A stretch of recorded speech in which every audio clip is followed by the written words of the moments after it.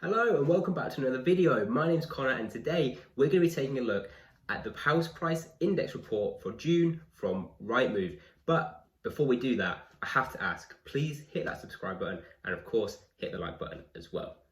So what is the RIGHTMOVE house price index? Simply put, it's the largest and most up-to-date monthly sample of residential property asking prices. The index monitors changes in house prices both monthly and annually. Basically, it gives us in property investing lot a good old insight into the current state of the property market here in the UK. And the data that they provide is based on 95% of newly marketed property. And it's a great tool to use as a leading indicator of property prices. So it gives us a good look into what's going on in the property market on a monthly basis. Personally, I use this in combination with the HM Land Registry report, which comes out, but it's lagging by 2 to 3 months, that HM Land Registry report.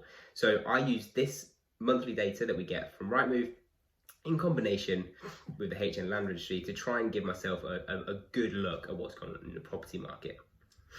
So without further ado, now you know a bit about the RIGHTMOVE headline report and that kind of thing, let's get into the June data. So a top headline to note is we have recorded the 5th price record this year. However, the data does show the pace of price increases is starting to ease ever so slightly.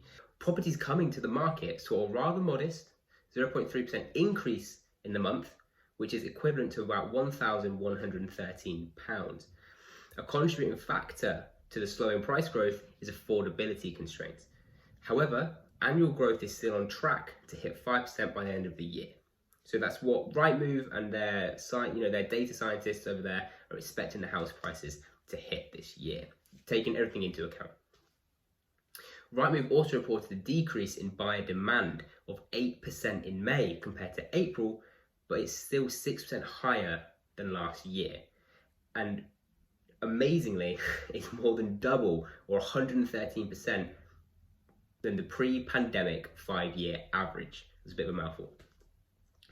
Something that I found interesting, actually reiterated my belief that we will see a price decrease over the next couple of years, is the fact that we started to see this buyer demand go down. You know, when you take everything into account, when you start to look at, the fact we've got a war in Ukraine, we've got a cost of living crisis and all this kind of stuff, it makes sense. And supply coming to the market, it makes sense that there is going to be a slight slowdown in that buyer demand.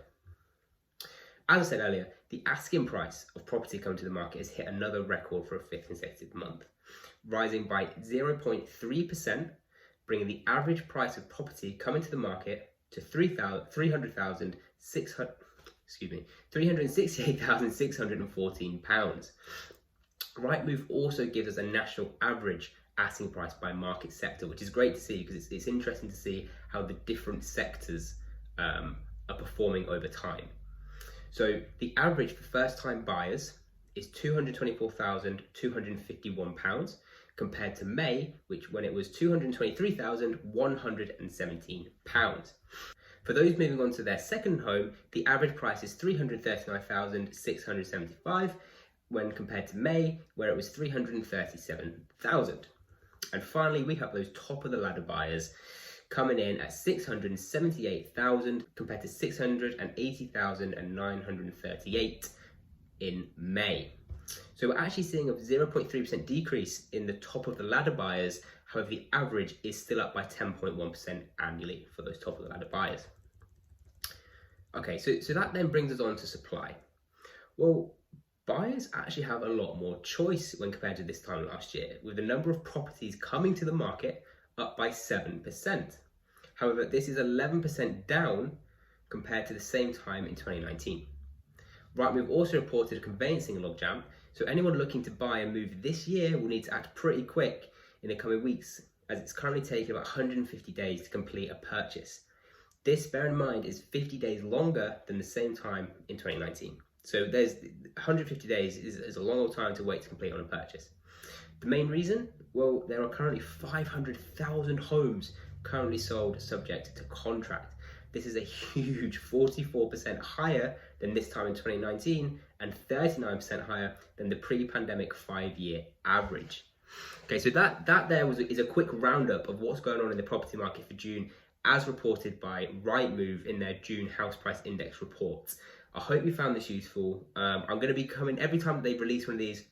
I'm going to be coming to you guys and just giving you a roundup of the data, because I think it's really useful for all of us that are interested in property and investing to keep up to date with these numbers and see how they compare month over month and year over year. Okay, so again, thanks for watching. Please make sure you hit that subscribe button and hit the like button if you found this video useful, and I'll see you in the next one.